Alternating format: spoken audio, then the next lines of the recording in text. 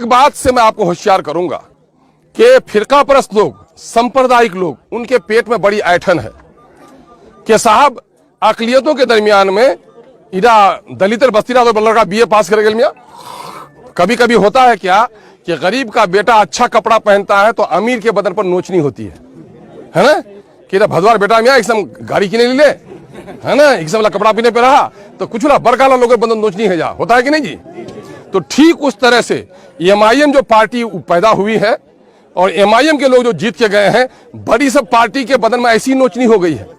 ये सब तो हम लोग का गुलाम था, है ना। इसको कहते थे कि बोलो तो बोलता था, कहते चुप रहो तो चुप रहता था, कहते बैठो तो बैठता था, उठो तो उठो, मेरे हुक्म पर चलता था। लेकिन एमआईएम जब से जीत के आई है तो असेंबली में आप किसी को पूछने की जरूरत नहीं, एमआईएम का आदमी खुद से खड़ा होकर अपनी बात रख लेता है। तो बहुत सारे लोगों के पेटों में ऐठन हो रही है। नौजवानों, इसको करो, इसकी कदर करो कि एमआईएम सिर्फ तुम्हारे सड़क और पुल पुलिया के नहीं, बल्कि इस मुल्क में जहां दाढ़ी के नाम पर किसी को नोचा जाता है, टोपी के नाम पर किसी को नोचा जाता है, टिकी के नाम पर किसी को लड़ाया जाता है, उन तमाम तरह की मजबूत वकालत अगर कोई पार्टी कर रही है तो उसका नाम बैरिस्टर असदुद्दीन ओवैसी की पार्टी मजलिस-ए-इत्तेहादुल मुस्लिमीन है। अभी आपने देखा कोई पार्टी नेताओं की सब हिसाब किताब लो अपने एमएलए से, अभी लड़का फेसबुक चला, अभी बाजाबता 5 एमएलए को हाजिरी करा करके बाजाबता हमारे बैरिस्टर असदुद्दीन ओवैसी साहब ने कहा, अख्तर साहब आप जीते तो अमोर में क्या काम कराए, बैसा में क्या काम कराए, खाड़ी पुल का क्या हुआ, रसेली घाट का क्या हुआ, बिजली का मामला क्या हुआ,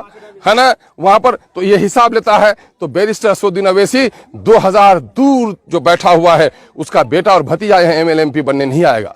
वो जो आपके मासूम चेहरों को देखा, वो जो उजड़ी हुई बस्ती देखी, दवा के बगैर बिलखती हुई माओं को देखा, तो वो दर्दमंद इंसान हर जगह पर आज सीमांचल की वकालत कर रहा है। इसको लेकर बहुत सारे लोगों को परेशानी है ना। कभी द्वारकी दे पिछू दे, कभी भिटार पिछू दे, कुछ उसे कभी कभी बावर्ची खाना खराब करे, तो करो ना, नहीं करो, है ना, चुला करो तो उसे। कुछ लोग कभी नहीं देखे थे किसी की तस्वीर, जब जीता हुआ था तो आपको याद नहीं आया उनको, जब हार गया है और हमको आपने जिता दिया है तो बोलता है कि अख्तुल ईमान तो हमारे साथ से निकले दे, तो वहां पूछो दी कि तो फिर क्या निकला ले मियां, है ना। तो ऐसे लोग आकर के दाएं बाएं, ये कौन लोग हैं? ये लोग हैं गुजरात के उन दंगाई लोगों के एजेंट।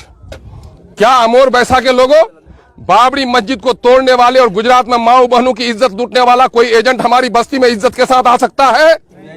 अगर जिसको अपने माँ बाप की परवाह नहीं है, अपने बहनों की इज्जत की परवाह नहीं है, वो लोग फिरका परस्तों की हमदर्दी करेगा। जिनको अपने वतन से इज्जत है, जिसको हिंदू और मुसलमानों से मोहब्बत है, जिसको अमोर बैसा की इज्जत की तकरीम है, वो कभी ऐसे दलालों को फटकने नहीं देगा।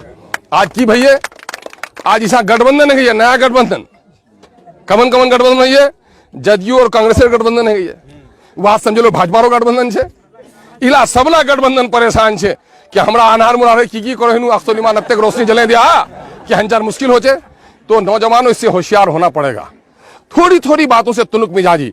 देखो, आपने मुझे एमएलए बनाया है, मैं तो आपका अभी 4 साल तक अल्लाह ने हयात बख्शी या अगर इस्तेहकाम रहा तो मैं 4 साल 4.5 साल खिदमत के लायक हूं। अगर आपने डिस्टर्बेंस किया, आपका काम उलझ जाएगा, आपका काम उलझ जाएगा। मैं नेकी रात, ये अच्छी सोच नहीं है।